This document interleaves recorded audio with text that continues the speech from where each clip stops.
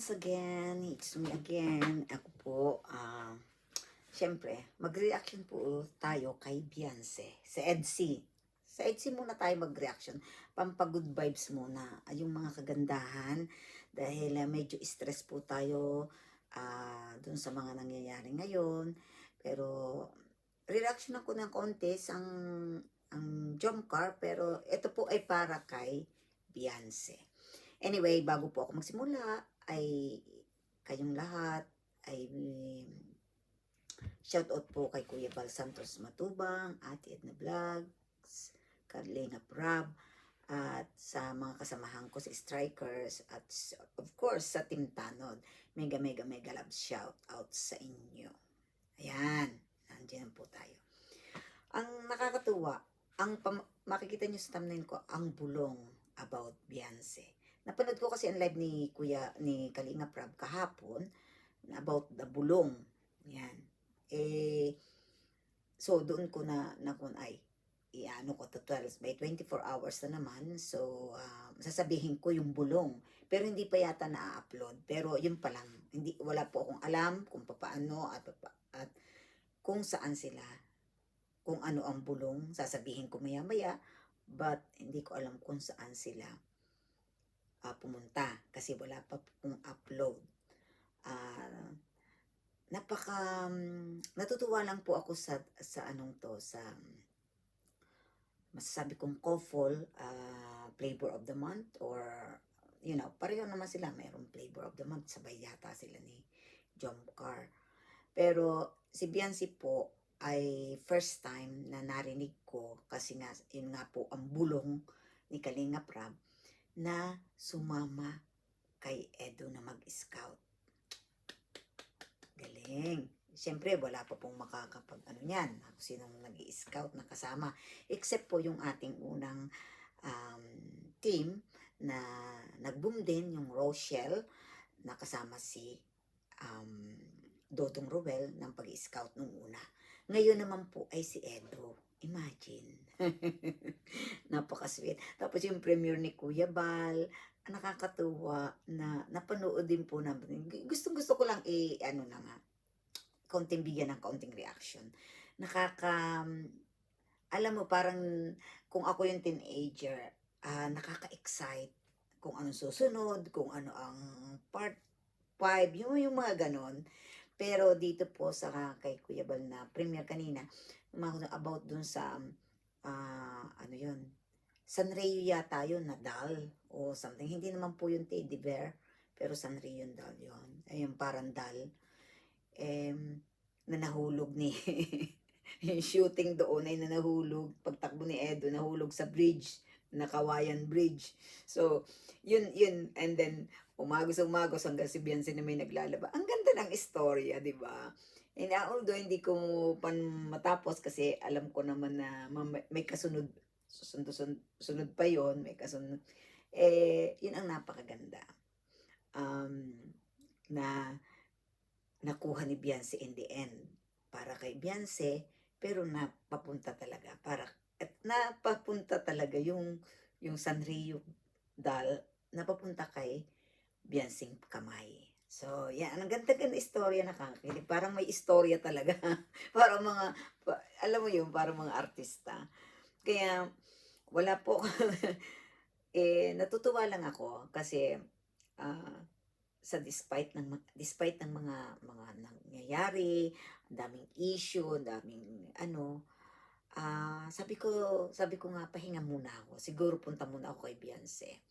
At doon sa mga nagki-criticize kay Beyonce, please lang tigilan ninyo sa lahat ng mga angels.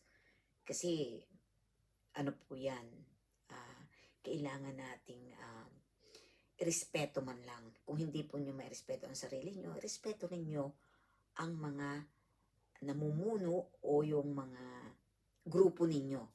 Like example, diyan kay bago ko continue yung kay Beyonce, yung kay Torres, yung hindi to pala Torres, to Nyakaw. Iyan to Nyakaw ba yun? Akala ko Torres talaga apelido mo, kaya nang gagalit ako, pati apelido ko madadamay. Di Torres ako, pero Torres siya. So, iba pa rin. Kaya lang, sound like the same. Pero napatunayan ko na ikaw pala ang founder ng e-lovers. Wow! Alam mo, iyan ba yan pangalan mo o Tunyakaw na lang? Kasi hindi ko ma-remember yung name mo. Pero yung ikaw Tunyakaw na ginagamit mo with Torres, pakiusap lang. Kasi kung po pwede tigilan ninyo yung mga ibang e-lovers hindi ko nila lahat. Kasi pag nilahat ko yan, baka maghinanakit, pero isa naman, hindi naman sila gumagawa lahat eh. Siguro ang iba malalawak ang pangunawa, hindi pumapatol sa basher, alam natin na mayroon tayong mga ginugusto, ina-idol na mga team. Hindi ko katulad na lahat ng team, I love them. Lalo na kalingap po sila. Kaya, nung una, guys, side mo hindi ko sinasabing against ako o ayaw ko maging against sa lahat. Ayun nga lang sa mga basher, lalo na, yan nga, pero kay Erica, wala naman akong masasabi, hindi naman nagsasalita. Although, pinabayaan niya yung kanyang, nakakaano din lang ng damdamin kasi pinabayaan niya yung kanyang lolo at lola. Pero aside from that, wala akong narinig sa kanya. So, move on tayo dito sa mga e-lovers, lalo na sa founder. Dapat, kung ayaw mo makarinig ng mga masasakit, kung ako yon yung nakakarinig na masasakit na salita, para sa iyo balahora, Tunyakaw, kailangan mo, siguro may pamilya ka. Wag mong i-stop mo lang, easy to stop. Hindi naman siguro ikaw gaganunin ng ibang reactors kung hindi naririnig sa iyo o itinatamnil mo sila, lalo na yung mga mukha nila. Hindi ako sa kumakampi sa kanila, ang gusto ko lang, itigil na ninyo ang kay Beyonce. Kasi walang kasalanan yung bata, lagi kong inuulit-ulit to, walang kasalanan ang bata. Walang kasalanan si Beyonce. Anong magagawa nyo? Napaka-ignoranting bata. Yun nga lang, naging siya sikat dahil siya lagi yung nalilip up, yung laging naanong pangalan. Pero wag kayong magselo sa mga ganong bagay. Kasi kanya-kanya, nagbo-bloom, oras-oras. Diba? Diba yung dati kay Erica naman, ganun din. Nag-bloom din yung pangalan niya. Bigyan niyo ng pagkakataon yung iba. Hindi naman yung pwedeng sabay-sabay. Dahil nga, magkakaiba ng ina-idolize, magkakaiba ng idolo ninyo, magkakaiba ang gusto nyo. Hindi pwedeng magsabayan, magkakakarera nga kayo, then pagkatapos, mag-aaway-away kayo, magko-comment doon sa section na ganito, hindi maganda. Kaya please lang, pakiusap, founder ka pa naman, nalaman kong founder ka sa Beyonce, ikaw sa e-lovers, sorry founder ka ng e-lovers, kaya tigilan mo na ang aming Beyonce. Okay? Wag ka wala kang panalo sa mga reactor na magbabati ko sa'yo. Wala kang panalo kahit anong post mo dyan sa Facebook. Dahil yung post mo, post ka lang.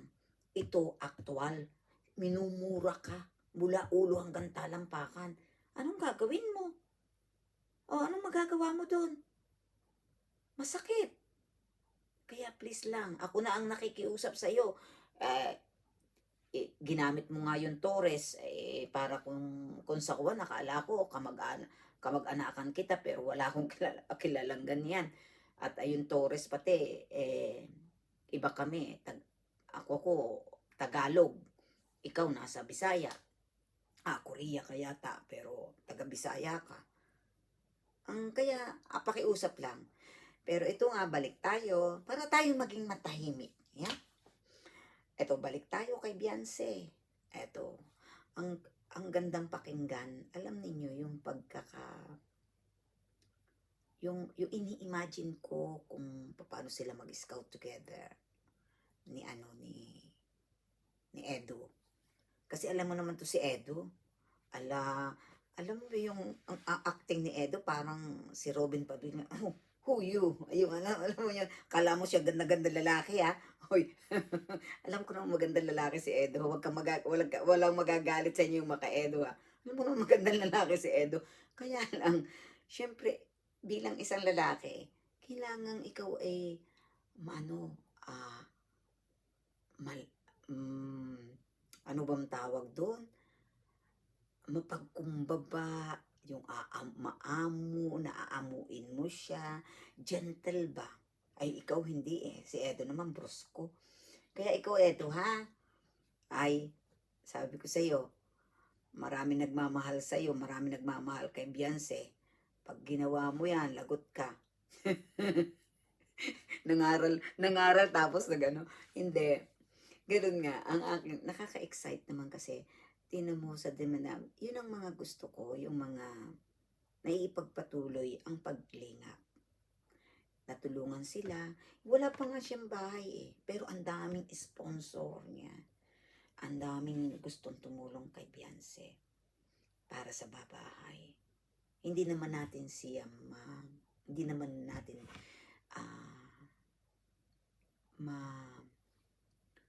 makukontrol ang sponsor. Alam mo kung bakit?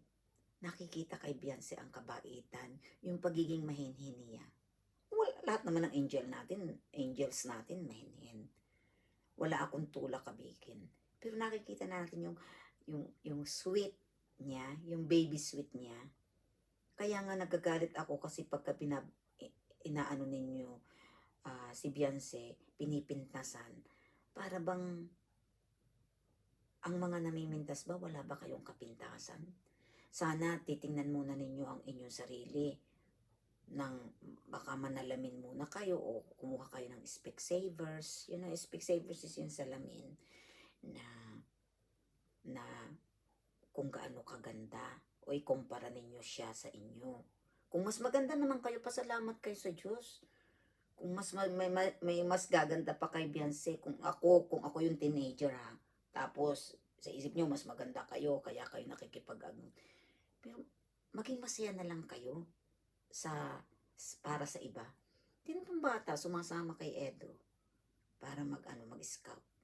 Ibig sabihin, kahit wala pa siyang bahay, yung itinutulong niya, yung itinutulong ng kalingap sa kanila.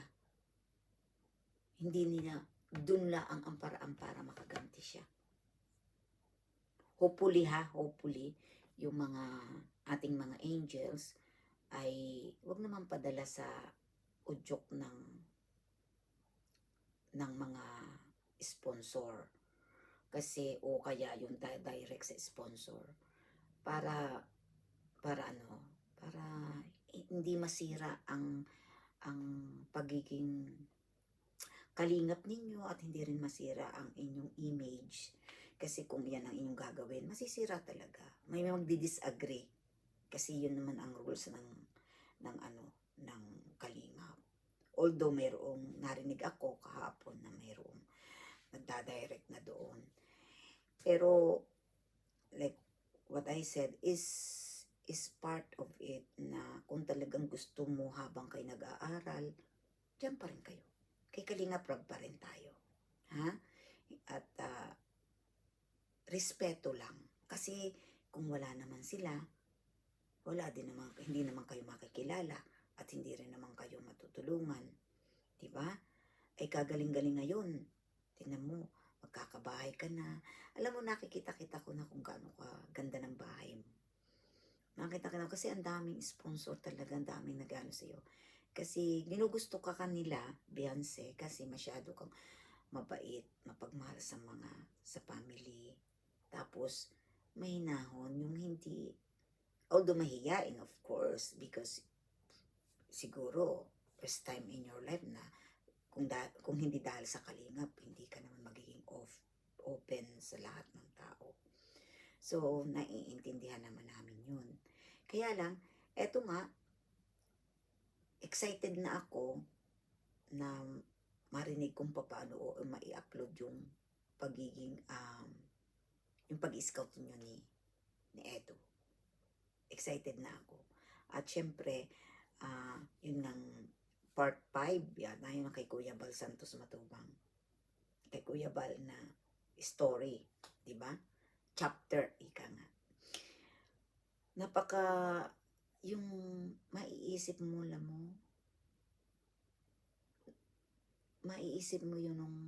nung panahong una. Dahil po ako ay 60 na, magsi-60 na next year. So, ano yun, iniisip ko lang yung buhay. Yung buhay ninyo, parang nung unang panahon, ang mga bahay, hindi mga bato, mga ano lang, tapos, yung pa mga bintana, may mga, ano bang tawag doon? Yung parang ceramic, yung parang ganun lang kaliliit, na isisara mo lang ng ganyan, wala nang mga kanda-kandado, sarado lang, ganun. Ang TV noon, di ba? Buti nga kayo may mga TV na, yung iba naman wala. Pero yung ibang TV noon, yung may sarado pa pag napakalaking TV, tapos maliit lang ang screen, tapos sasaraduhan pa ng, para huwag mapasukan ng dumi. Ganun yung kami noon. Tapos yung may, alam niyo yung may banggerahan, yun, ganun yun. Ganun yung nakikita ko, kaya natutuwa naman ako. Although ngayon, kailangan yung mga may ganung bahay, kailangan tulungan na. Kasi marami ng kalamidad, kailangan pag may umuulan, nababasa na sila. Nung panahon una talagang mga yung pambubong. Kaya at saka nun pagka binubuhat, di ba, yung pagbuhat mo ng bahay, tulungan, bayanihan, ililipat lang ang bahay sa kabilang baryo, pwede na. Ngayon wala nang ganun. Kaya pasalamat na lang tayo at pasalamat sa Diyos, Beyonce, na malapit ka na rin magkabahay, at ako'y humahanga sa iyo dahil sa iyong pagiging mabait at magalang, may respeto, pagiging mahinhin, at syempre yung ano siya, yung laging family, yung ganon. Parang si Carla, si Carla naman, pareho kayo, makapamilya. Parang family oriented. Alam mo yung parang mahal na mahal. Ganun kasi ako eh. Family po ako. Kahit marami kang mga family pa rin ako. Family is a family. Wala naman pong ibang dyan. Kaya wala na akong ibang masasabi. Na-excited lang ako kaya ako'y nag-reaction ng konti. Pero hindi naman reaction po ito yung ano na lang. Wala lang magawa. Gusto ko lang magpa-video. Gusto ko lang may upload kasi excited na ako. Gusto ko makita. At kaya ingat lang anak, at laging inaulit ko, laging nakatungtong ang paa sa lupa. Okay? Wala na akong aanuin pa sa iyo, ganyan ka lang. Stay put, at of course, good luck sa inyong dalawa and congratulations and good luck sa inyong dalawa ni Edo. Bata ka pa naman, 16 yata, 16 ka pa lang magsi-17. Kaya marami pang journey talagang ang anuhin mo. So, mag-aral na mabuti, at ikaw, Edo, stick to one only. Yeah? Okay. Kay bibigyan ko ng kaunting reaction doon kay Jomcar, kay Carla. Siguro bukas mag-ano ako sa iyo. But kasi napanood ko kanina yung upload ni Kalinga Prab, hindi pa pwede yung reactionan yata o bigyan ng video reactionan. Hindi pa pwedeng reactionan yun. Excuse me. Kaya I might doing the video tomorrow. or reaction a bit. Okay, Beyonce, sa mga Beyonce po dyan, sa mga EDC community, sa EDC supporters, EDC Japan, Hong Kong, and everywhere, America, sa lahat po ng mga taga-suporta kay Beyonce. Nandito lang po ang inyong lingkod, laging nakapagtanggol at nakasubaybay sa Beyonce, sa EDC. At sa lahat po ng team ng ang mga angels, susuportahan po natin yan. Huwag po ninyong kalimutang suportahan silang lahat. Salamat po at syempre, shout out po sa aking Team Tanod. Naku, kailangan kung pag wala akong makalimutan. Shout out po sa aking mga ka-Team Tanod, especially po kay Vilma Antonio, Marley Guason, Mali Parilla USA, Saint Official, Nasi TV, Rosalita Magracia, Rita Lostado, Leonida Sanchez, Ellen P. Violeta Katakutan, Nilisa 123, oh dear, MD Shohag. Guys, sino pa? Leonida Sanchez. May isa pa ba? Istariray. Ay, 40. Yes. Thank you for watching, guys. Shout out sa aking Team Tanod. Kasi mayroon po kaming alam niyo ako, malilimutin namin sa nakakalimutan ko talaga. Kaya, shout out po sa inyong lahat. At God bless and good evening. Bye!